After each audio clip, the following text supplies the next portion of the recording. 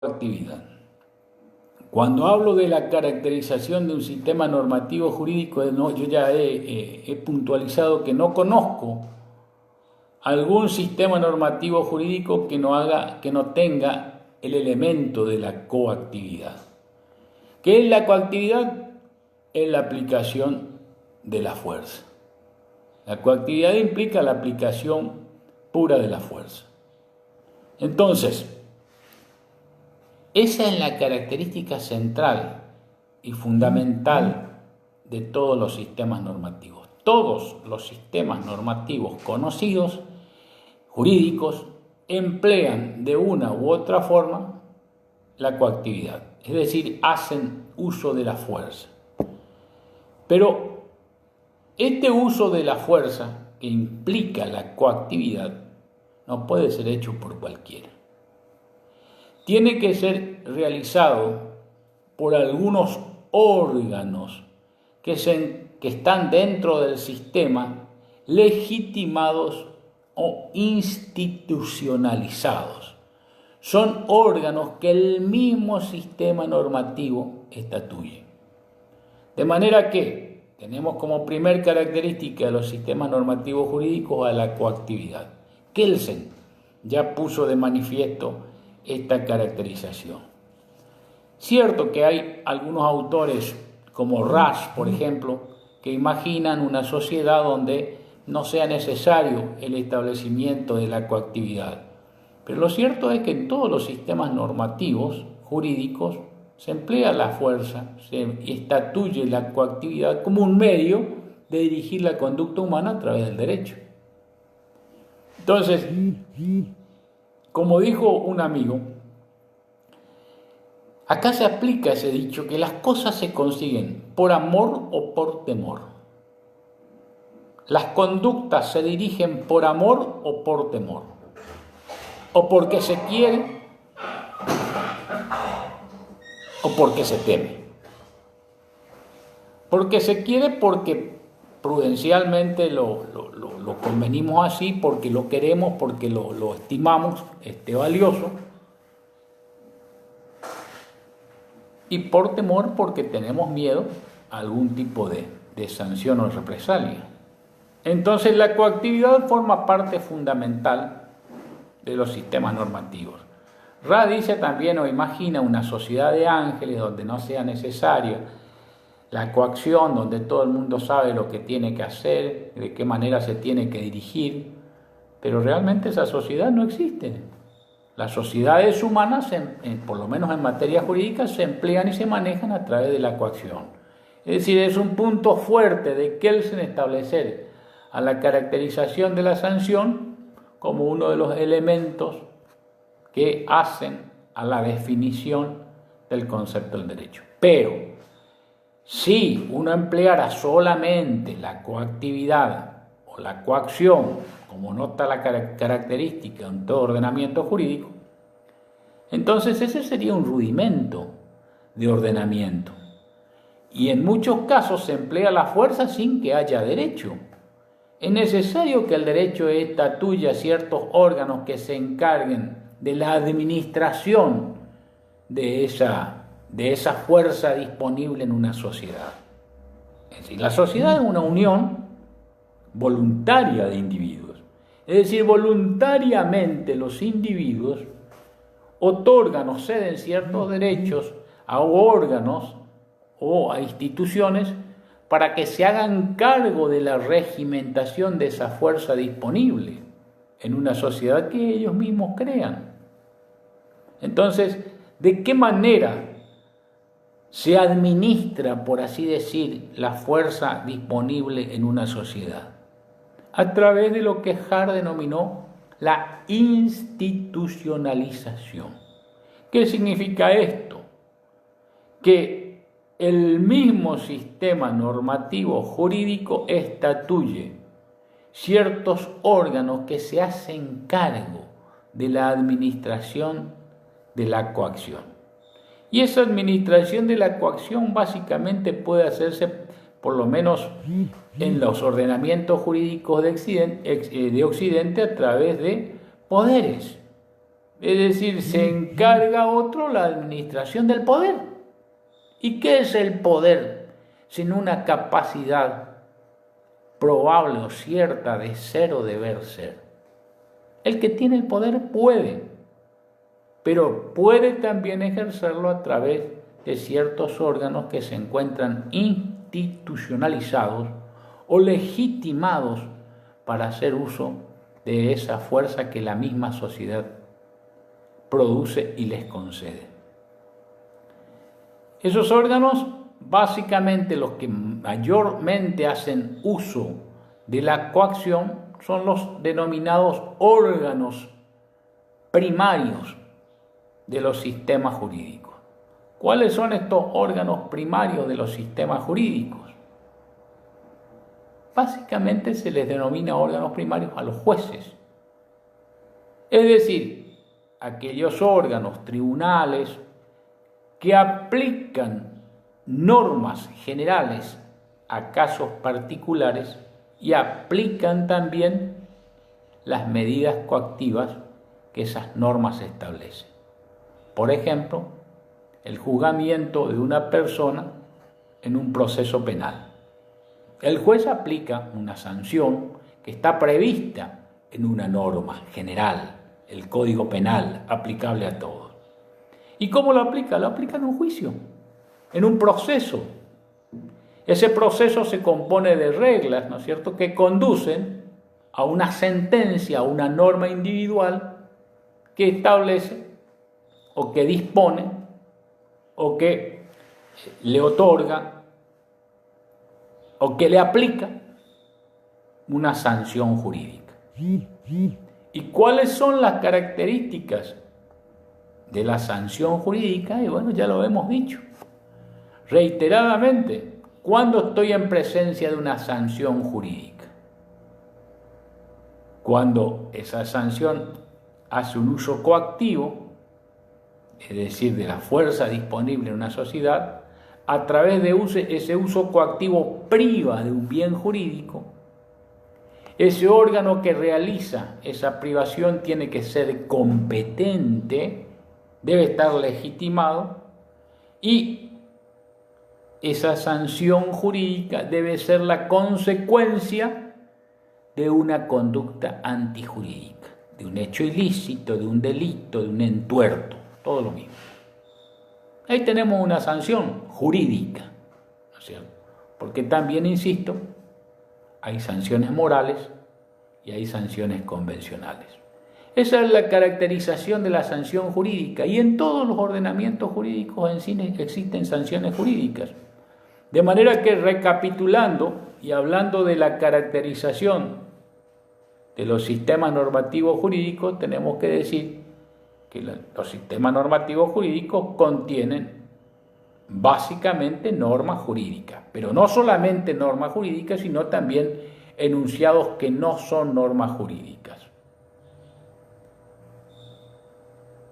Los sistemas normativos jurídicos hacen o disponen de la coactividad, es decir, son eminentemente coactivos.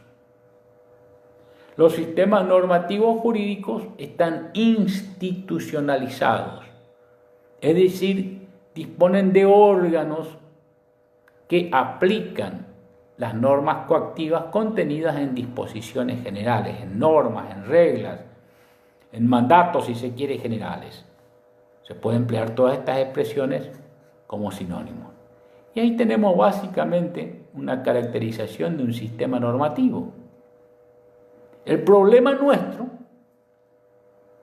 con el que habíamos iniciado la clase, es cuando una norma pertenece a un sistema normativo jurídico. Y acá hay distintos criterios que hacen hincapié en una de las propiedades normativas, que es la validez. Cuando una norma es válida, habíamos adoptado el criterio kelseniano de validez. Una norma es válida cuando ha sido creada por un órgano de conformidad con un procedimiento y con el contenido de una norma de jerarquía superior. Habíamos dicho también que en la concepción de Kelsen presenta al ordenamiento jurídico, al orden jurídico, como una pirámide invertida, en cuya base están las normas de máxima generalidad y jerarquía, por ejemplo la Constitución, y en el vértice están las normas de máxima de concreción y de menor jerarquía, como por ejemplo puede ser un acto administrativo, un decreto, una sentencia judicial. Tanto en todo este orden jurídico así presentado en la concepción de Kelsen, hay un procedimiento dinámico, que es otra de las características, si se quiere, de los sistemas jurídicos, un procedimiento dinámico de creación y de aplicación de normas. Según Kelsen, a la vez que se crea una norma de jerarquía inferior, se aplica una norma de jerarquía superior. Este proceso de creación y de aplicación normativa jurídica se dan en todos los niveles de la gradación jurídica, excepto en dos: en el máximo nivel y en el menor nivel. En el máximo nivel hay pura creación del derecho, así lo dice Kelsen, y en el menor nivel hay pura aplicación del derecho. Se puede estar o no de acuerdo con esta presentación del ordenamiento jurídico, pero a nosotros nos sirve como un hilo conductor para ir elaborando todos estos temas que están siendo solicitados por el programa. Insisto, la concepción de Kelsen ha sido muy criticada. El concepto de validez de Kelsen ha sido criticado, ha sido analizado, pero nos sirve a nosotros como para ir hilando todos estos conceptos y para presentar teóricamente lo que es un sistema normativo, un derecho objetivo, un conjunto de reglas, o para presentar una de las facetas del derecho, si se quiere, uno de los significados de la expresión derecho. Entonces tenemos varias características ya del sistema normativo. Insisto, el sistema normativo jurídico como integrado por al menos una norma o varias normas jurídicas, coactivos, institucionalizados, legitimados, dinámicos y coherentes. Por lo menos esta es la presentación que ha hecho el formalismo jurídico. El formalismo jurídico ha dicho que en todo el proceso de pertenencia de una norma a un ordenamiento jurídico hay un dinamismo. ¿Qué significa esto? Que se incorporan nuevas normas al derecho y a veces se sacan normas del ordenamiento jurídico. ¿Cómo se incorporan las normas al derecho? A través de la creación del legislador, es decir, de quien dentro del sistema es el organismo competente para crear normas generales que nos rijan a todos. ¿Y cómo se sacan normas del sistema? Y a través de la derogación de normas. El mismo órgano que la crea deroga la norma, la deja sin efecto, la saca del sistema. En principio esa es la explicación simple de la pertenencia o de la creación de normas dentro de un sistema. Por supuesto que hay muchos elementos más complejos que ustedes van a estudiar seguramente en las materias posteriores. Pero para presentar el problema o para presentar el esquema es así. ¿Quién es el órgano que crea las normas generales que rigen un sistema jurídico? El Poder Legislativo, el legislador. Crea las normas y las incorpora con validez, con legitimidad, con institucionalización. Y ese mismo órgano la saca, la va descartando. A medida que las normas se hacen inoperantes, No es lo mismo una norma que ha sido creada en 1921, algunas normas del Código Penal, por ejemplo, han caído completamente en desuso. Entonces se van derogando, el mismo legislador las va sacando del sistema y va incorporando nuevas normas que sean acordes a los nuevos tiempos.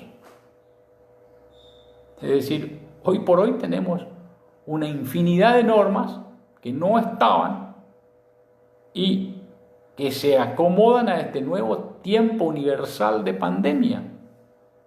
Todas las legislaciones de alguna manera han tenido que crear normas para regular jurídicamente un fenómeno natural, es decir, un mal que nos afecta a todos, pero del que no podemos hacer nada jurídicamente, más que prevenirnos, ¿no es cierto? Más que disponer de las defensas que podemos disponer para asegurarnos de que el mal no nos afecte, cosa que no está asegurada, por cierto. Entonces, otra de las características que ha asignado el formalismo jurídico al derecho es que el derecho es pleno, es decir, que no posee lagunas. Y la realidad nos ha demostrado que hay infinidad de casos que no están previstos en el ordenamiento jurídico. Entonces es necesario crear alguna previsión jurídica, crear alguna norma para que regule el caso. Sin embargo, ya ustedes se van a ir enterando, existen teorías que dicen que el derecho es pleno, entre ellos dos autores de renombre que ya lo conocen, Kelsen y Cosio.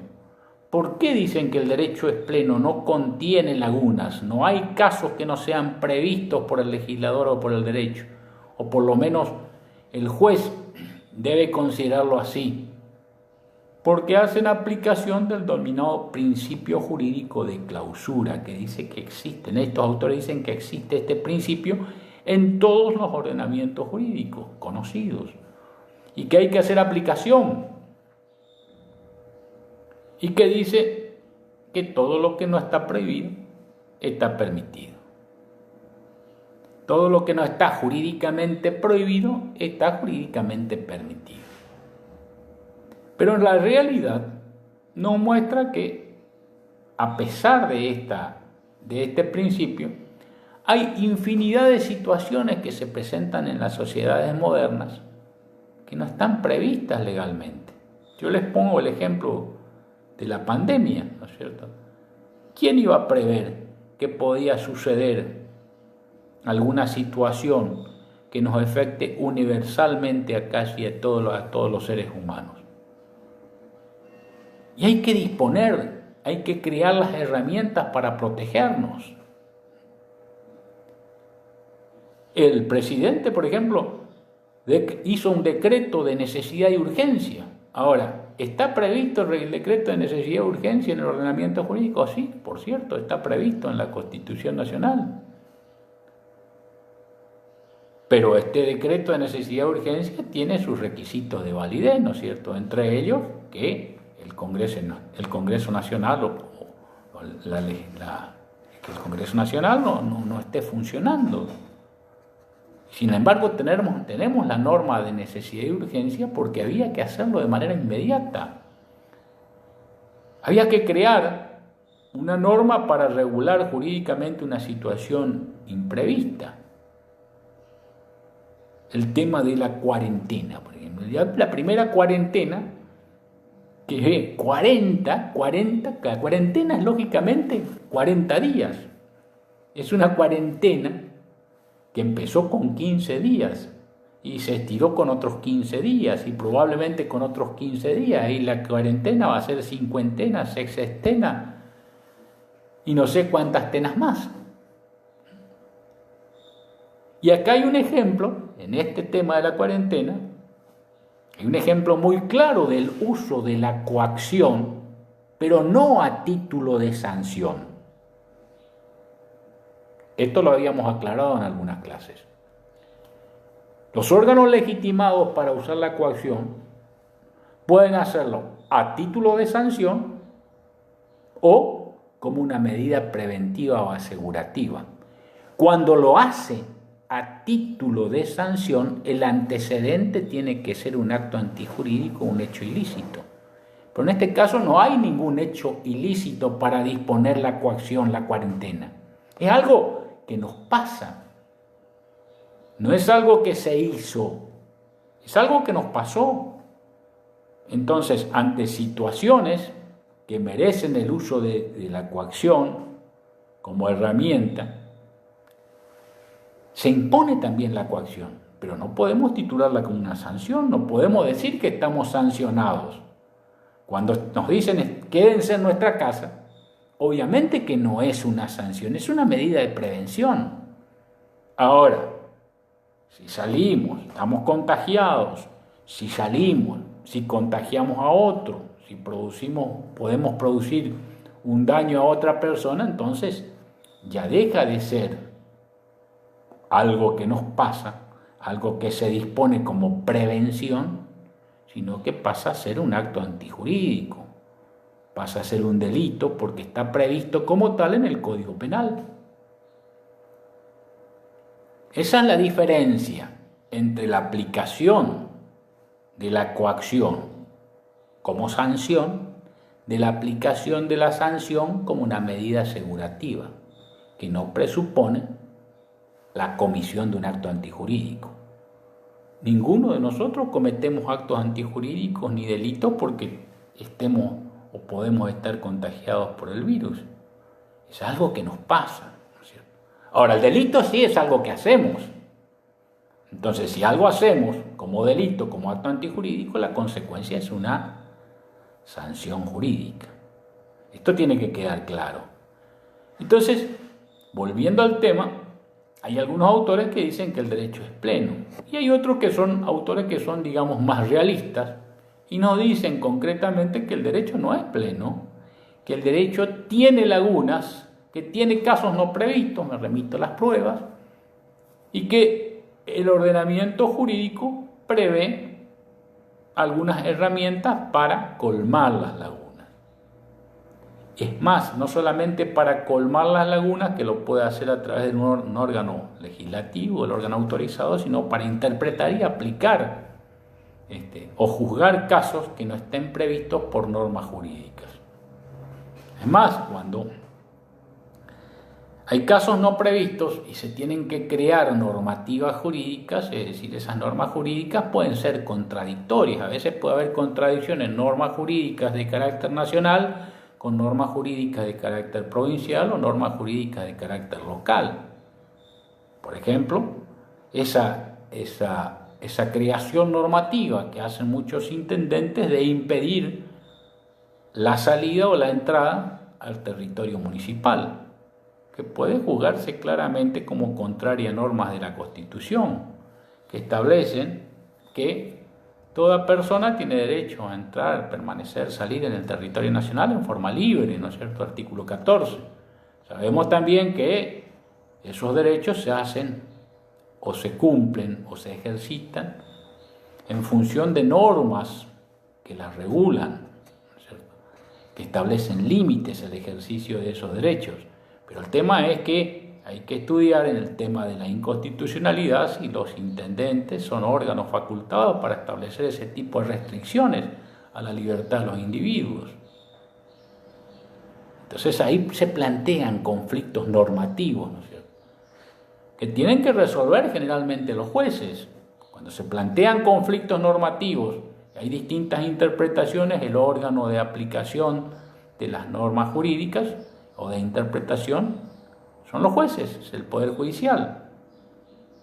Interpreta las normas y aplica las normas, pero para eso tiene que haber una cuestión judicial. Y hay situaciones, yo siempre digo que la norma sentido de la que habla Al-Churrón y Bulín tienen mucho sentido o tienen mucha prevalencia. Acá, por ejemplo, tengo un enunciado normativo que nos autoriza a los abogados a ejercer la profesión siempre que sea por teléfono o a través de correo electrónico. Pero, señor, lo que yo hablo por teléfono o lo que hago en función del correo electrónico forma parte de mi privacidad. Y eso está amparado por la Constitución. Las acciones privadas de los hombres que de ningún modo ofendan a la moral y a las buenas costumbres están solo reservadas a Dios y exentas de la autoridad de los magistrados. Artículo 19 de la Constitución. Entonces, ¿cómo me va a regular quien no tiene competencia ni está autorizado algo que hace, si bien es cierto, el ejercicio de mi profesión, pero que también hace a mi intimidad y a mi secreto profesional? Otra norma, por ejemplo, no pueden entrar los camiones que traen mercadería. No pueden entrar, no pueden salir. Pero entonces vamos a sufrir las consecuencias de un desabastecimiento. Esa es una norma que podría tener un sentido inicial o un sentido final benévolo, digamos, pero que en la práctica se transforma en una norma conflictiva. No se puede transitar por la calle sin barbijo, en el auto, en el mismo auto, ¿no es cierto? No puedo transitar sin barbijo. Pero ¿y si no hay en el mercado local barbijo y los locales están cerrados? O si no existen los medios para la fabricación o la adquisición de barbijos, ¿quién me lo va a proveer? ¿Cómo puedo realizarme un barbijo? Tengo que andar barbijeado. Entonces tienen que establecerse también, hay que ver una previsión de medios. No pueden andar dos personas en el auto, en un vehículo, en los vehículos.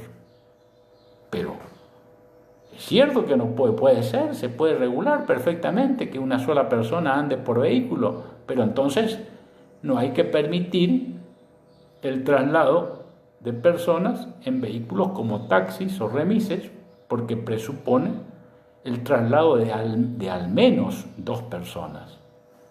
Entonces siempre hay que pensar en esas consecuencias normativas. Y esa normatividad que aparece muchas veces como un sinsentido trae complejos dilemas normativos que tiene que solucionarse de alguna manera. Entonces el mismo ordenamiento jurídico establece cuáles son las herramientas con las cuales voy a colmar las lagunas. De qué manera voy a interpretar en forma coherente. Porque cuando una norma irrumpe en un ordenamiento jurídico, es como cuando un extraño se mete en nuestra casa. Entonces aparece un extraño en nuestra casa y tenemos que entrar a ver quién es este que se metió, a ver cómo viene el parentesco, la amistad. Si no es un intruso que hay que sacarlo, hay que echarlo. Entonces ahí empieza el problema, ¿no es cierto? El problema de la interpretación, de cómo se integra una norma. Es una situación muy similar, muy semejante. Se crea una norma y esa norma tiene que ser compatibilizada con distintas normas que están en el ordenamiento jurídico. ¿Por qué? Porque no puede haber contradicciones. Esa es otra de los caracteres que le asigna el formalismo al sistema jurídico. Es un sistema dinámico y coherente, pero muchas normas, muchas situaciones en el ordenamiento jurídico nos demuestran que la coherencia solamente es teórica.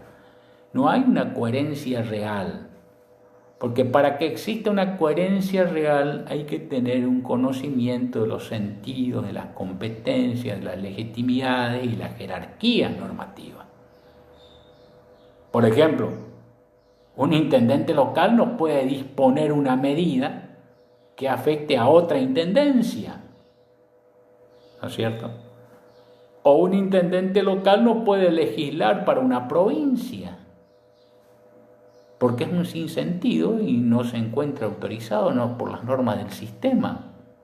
Y si lo hace, de alguna manera, esa norma tiene que ser anulada, tiene que ser sacada, porque no cumple con los requisitos de validez. Para que una norma sea válida, insisto, tiene que ser creada por un órgano competente,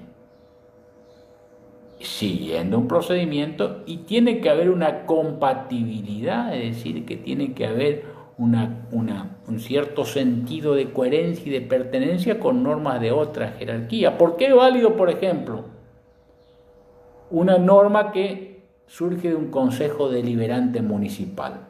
Porque seguramente habrá una ley provincial o constitucional provincial que autorice a los órganos de las municipalidades a crear, sobre todo al órgano deliberativo, a crear normas generales. O porque en la Carta Orgánica del municipio está previsto el procedimiento.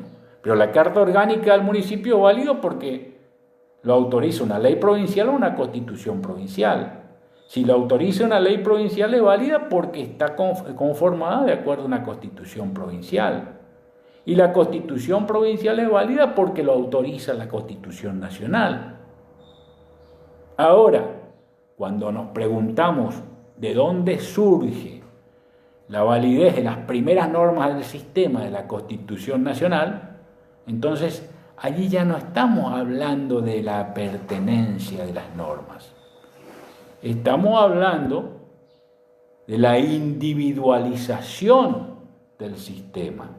¿Cómo se distingue un sistema jurídico de otro sistema jurídico? ¿Cómo se explica teóricamente de que puedan existir distintos ordenamientos jurídicos? ¿Cómo se explica que pueda existir o cómo puedo distinguir el ordenamiento jurídico argentino del ordenamiento jurídico brasilero? Entonces hay distintas explicaciones. Hay en algún momento de la cadena de validez voy a llegar a una norma que no deriva de ninguna otra norma. Cuando no deriva una norma de ninguna otra norma, hay que ver cómo se creó esa norma, esa primera norma fundante de la que derivan todas las otras normas del sistema.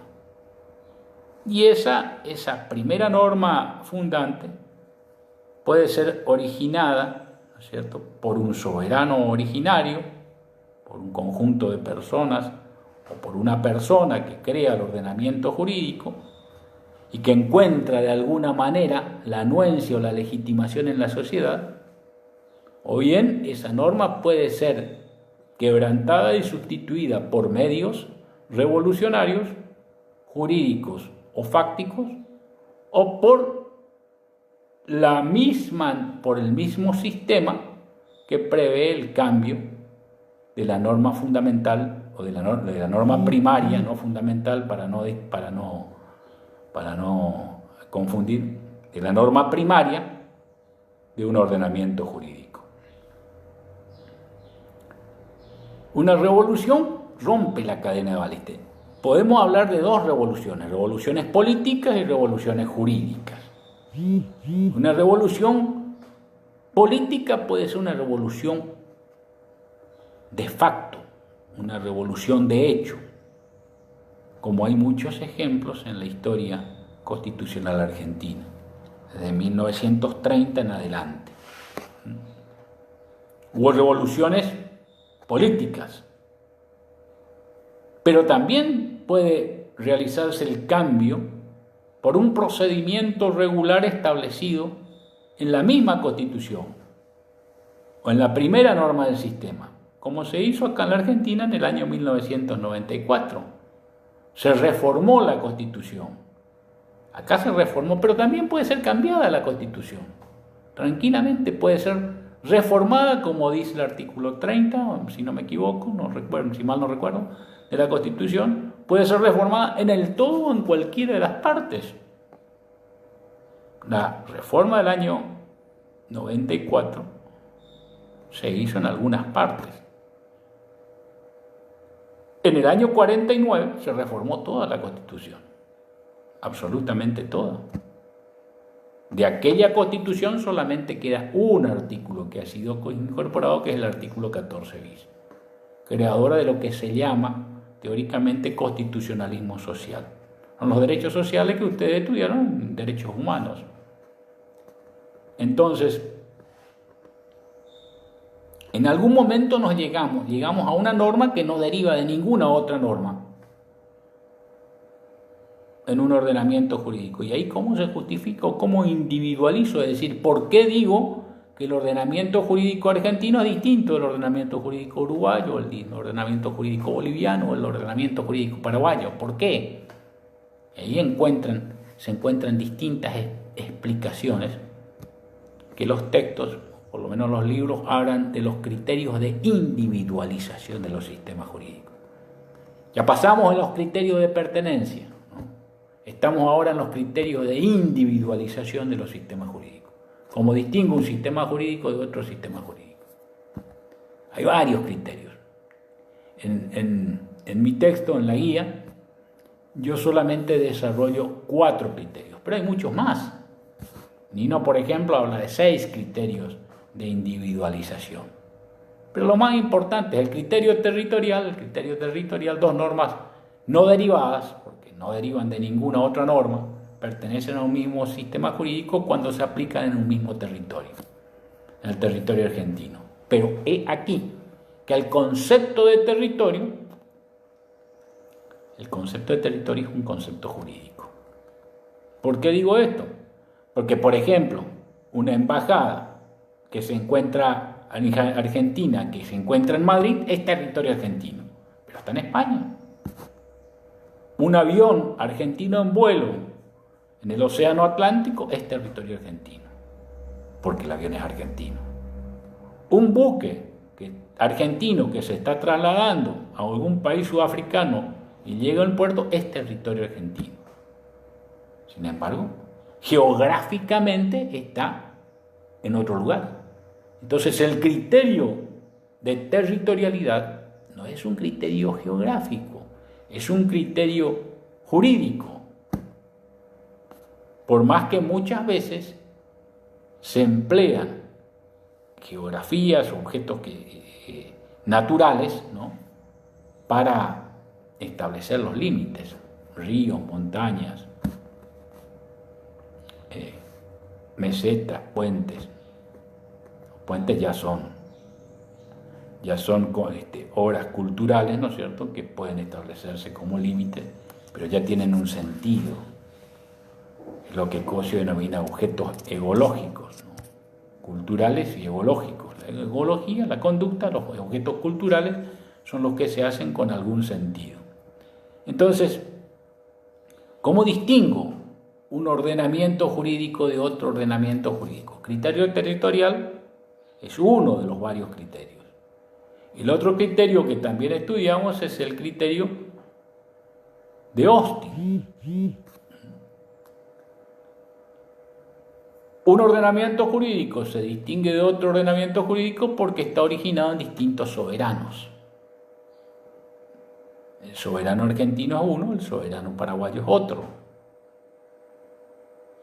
Y hay soberanos que son originarios y hay soberanos que son derivados. ¿Cuál es el concepto de soberano? También ya lo hemos dicho. Es la persona o el grupo de personas que recibe un hábito general de obediencia sin que él particularmente obedezca a nadie. El soberano es el que puede, el que gobierna. Ese es soberano. En las sociedades democráticas la soberanía pasa por la voluntad del pueblo. Y en las repúblicas la voluntad del pueblo se ejerce a través de sus representantes, que son los órganos que están legitimados. Eso insisto yo en este concepto, en la legitimación de los órganos. Entonces, retomando el tema del criterio de Austin y hablando del soberano, que es quien recibe un hábito de obediencia, es certera la crítica que le hace Hart cuando distingue el hábito de la regla. No es lo mismo tener algo por hábito que tener por regla. ¿Por qué? O tener por norma. Porque en la norma o en la normatividad hay una presión muy fuerte para que el contenido normativo se cumpla. En cambio, en el hábito no hay ninguna presión normativa. Lo hago porque lo hago, porque me gusta, porque se me ocurre, porque quiero, ¿no es cierto? Quiero tomar mate en estos momentos que no tengo mate. está Carlos conmigo y no hace ningún mate. Parece que no tenemos agua caliente también. Entonces, cuando se establece algo por hábito, no hay ninguna posibilidad de que se ejerza una presión normativa o que se haga cumplir, ¿no es cierto?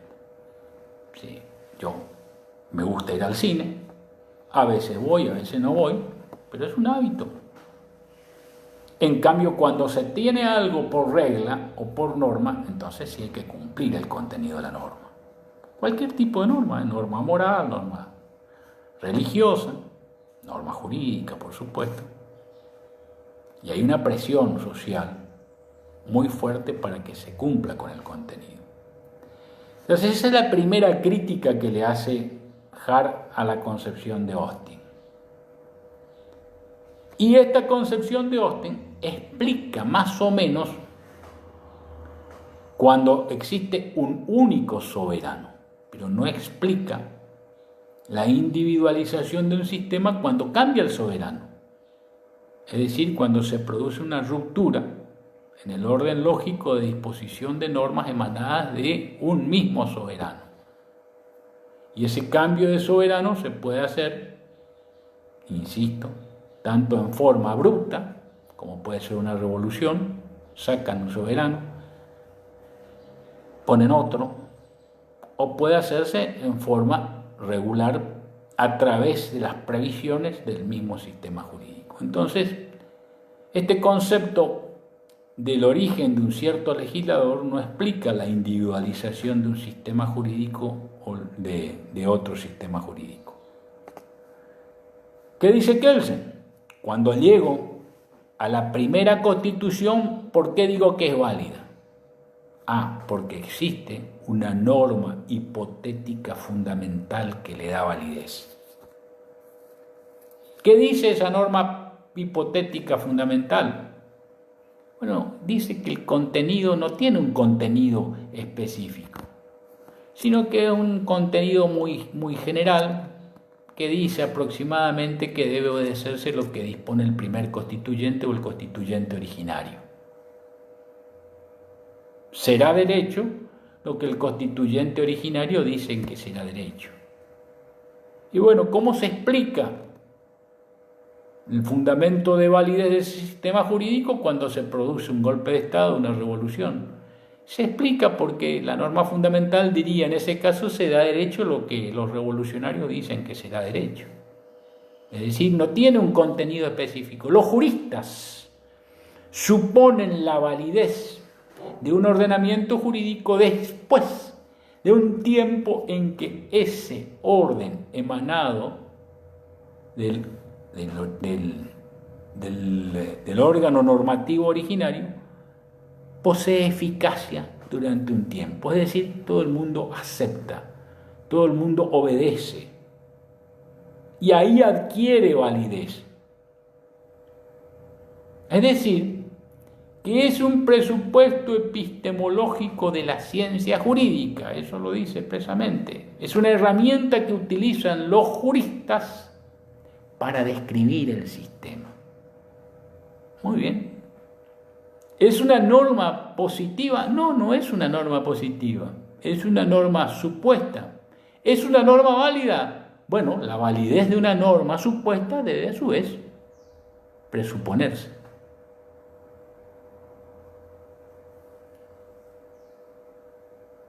Y el problema es ¿de dónde surge la validez de esa norma presupuesta? No puede haber un regreso ad infinitum presuponiendo la validez de normas presupuestas, porque eso conduciría a un examen que es ilógico. Entonces, ¿cómo explica Kelsen la validez de la norma hipotética fundamental? Porque esa norma hipotética fundamental de los ordenamientos jurídicos nacionales debe tener relación con otra norma de eficacia de los ordenamientos jurídicos internacionales. los estados deben conducirse como lo han venido haciendo. Esa es una costumbre internacional que da en cierta medida validez a esa norma hipotética fundamental. Pero el problema es que cuando el jurista desarrolla la norma hipotética fundamental para individualizar un sistema jurídico, ya el sistema jurídico está individualizado. Entonces no sirve como herramienta de individualización.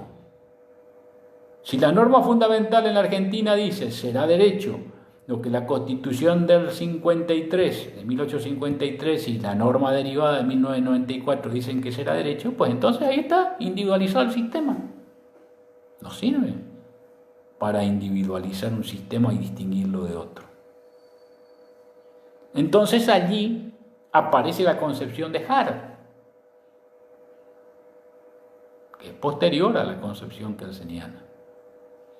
Y Hart dice más o menos, después de criticar la posición de Austin y después de criticar también la posición de Kelsen, dice que la individualización de un sistema normativo de otro se hace en función del reconocimiento de los órganos primarios, porque tienen distintas normas de reconocimiento.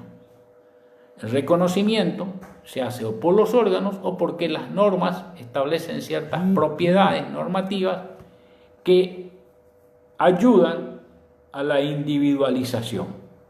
Por ejemplo, en nuestro caso, ¿cuáles serían esas normas? La sanción de la Constitución originaria del 53 y todas las reformas constitucionales y todas las normas derivadas están reconocidas como válidas. Y están reconocidas como válidas ¿por quiénes? Por los órganos que el mismo sistema jurídico estatuye. Pero esta norma de reconocimiento, ¿qué características tiene? En primer lugar, es una norma positiva. Y en eso se distingue la concepción de Kelsen. Es una práctica social que realizan los juristas, ¿no es cierto?, que realiza la sociedad. Y que no tiene sentido predicar la validez o la invalidez de esa norma de reconocimiento, porque precisamente esa norma de reconocimiento sirve para dar validez al sistema. Y acá viene la crítica. Casi todas las teorías tienen críticas. Cuando estudian teoría tienen que estudiar los supuestos de la teoría y las críticas. Muchos ordenamientos jurídicos no establecen o no reconocen una sola fuente de validez, sino que reconocen varias fuentes de validez. En los sistemas republicanos, por ejemplo, el poder o la validez deriva de la organización conjunta de 3 poderes al menos. Entonces tendría que haber otra norma de reconocimiento que establezca el reconocimiento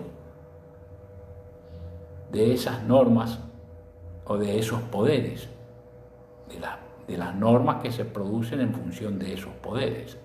No sería una norma, serían varias normas. Y el problema que tienen todos estos criterios, tanto el criterio de Austin como el criterio de Kelsen como el criterio de Hart, es que pretenden realizar la individualización de los sistemas normativos en función de una sola regla maestra. De allí que Raz haga una conjugación o una conjunción del criterio de Hart, agregándole, debido a la crítica, que el reconocimiento de las reglas originarias del sistema se hace en función de lo que los jueces reconocen, los órganos primarios.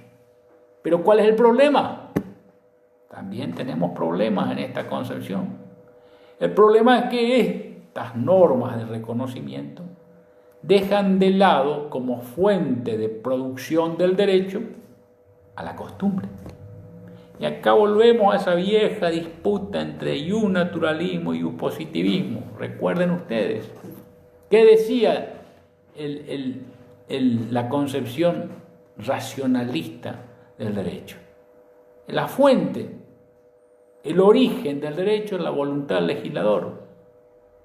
Y allí vino la escuela histórica y le dijo, no señores, no solamente la voluntad del legislador. La voluntad del legislador puede estar, pero se origina en la costumbre, en el espíritu del pueblo. La manifestación es la costumbre, el origen es el espíritu del pueblo. Entonces, ahí tenemos dos posiciones absolutamente encontradas de creación del derecho. No hay que dejar de lado la costumbre. Estos criterios dejan de lado, normativos, dejan de lado precisamente la costumbre como generadora del derecho. De ahí que venga Nino y diga, no señores, se individualiza un sistema jurídico de otro sistema jurídico porque esos órganos primarios pueden de hecho reconocer, de hecho, y a través de una costumbre reconocer cuáles son las normas originarias del sistema. Y ahí queda, así quedó la cuestión hasta el año 1980 y no recuerdo, 80 y largo, ¿no es cierto? Cuando Nino fue a la Facultad de Derecho, en el año 79-80, a presentar este capítulo de su nuevo libro, precisamente una de las conferencias fue el sistema jurídico. Y ahí el doctor Fernández, que era profesor adjunto de Introducción al Derecho en aquella época y profesor titular de Filosofía del Derecho, le hizo una crítica rotunda, ¿no es cierto?, que realmente desconcertó a Nino. Yo estuve en esa conferencia, era alumno, y le dijo, si se acude a un criterio de hecho para reconocer normas que son de derecho, entonces se está violentando un viejo principio de Hume que expresa que no pueden derivarse normas del ser al deber ser y viceversa. Del hecho de que la gente haga ciertas cosas no puede derivarse de que se deba hacer, porque se están transgrediendo categorías lógicas. Y aquí venimos nuevamente a esta distinción entre normas del ser y normas del deber ser. Y dentro del deber ser, el deber ser lógico y el deber ser axiológico. Esa crítica para mí fue bastante definitiva, porque fue la crítica que originariamente empleó, o por lo menos ese abismo lógico, es una de las herramientas metodológicas que empleó Kelsen para purificar su doctrina. Recuerdan que ustedes empiezan leyendo que hay un abismo lógico entre las normas del ser y el deber ser, entre las normas de la causalidad y las normas de la imputación. Pues bien, entonces, según Nino, dos normas no derivadas pertenecen a un ordenamiento jurídico cuando son reconocidas por órganos legitimados de hecho o de derecho para aplicar normas generales a casos particulares y disponer las medidas coactivas que esas mismas normas generales establecen. Estos son los criterios de individualización. Y para no confundirlos más, vamos a terminar aquí la clase, porque lo próximo tendría que ser los conceptos normativos, cuando un sistema normativo es válido, y la relación que existe entre el ordenamiento jurídico nacional e internacional, y sobre todo algo que a mí me interesa mucho, cuáles son las fuentes del derecho. Para hablar de esto necesitamos por lo menos 2 o 3 horas más, y sé que la atención de ustedes, la atención es, como diría Sabater, un animal en extinción. Sobre todo cuando las clases son virtuales, cuando uno no está frente a frente y el alumno a veces o no, yo no puedo distraerme, pero el alumno a veces se distrae yendo a tomar un mate, festejando el Día del Trabajador.